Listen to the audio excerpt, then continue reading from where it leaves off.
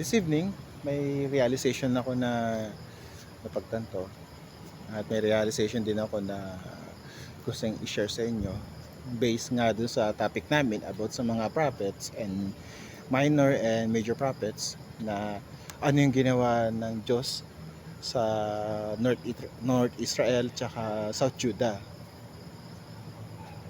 Kapatid, kung nakikinig ka man ngayon sa oras na to, kasi gabi dito, so kung nakikinig ka man ngayon,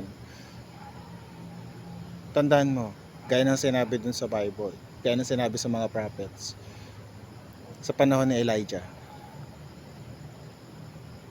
kung walang naniniwala sa iyo, kung walang nagtitiwala sa iyo, walang naniniwala, actually walang kayang magtiwala sa iyo, at parang nakalimutan ka na ng mundo or nakalimutan ka na ng mga taong minahal mo. Gaya nga ng sinabi ni Elijah. Actually, sinabi talaga ito ni Elijah.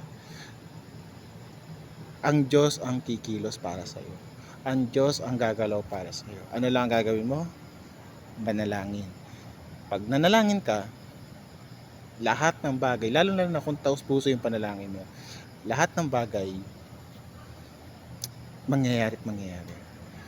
Kung tingin man sa'yo ng tao, masama ka, tingin man sa'yo ng mga nasa paligid mo, wala ka nang ginawang maganda.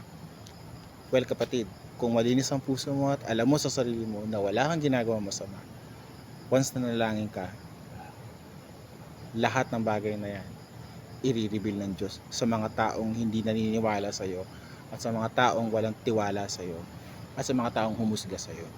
Kaya ako sa'yo, magtiwala ka lang sa Panginoon. At wag mo na silang masyadong bigyan ng pansin kasi mas lalo ka lang mahihirapang makabangon.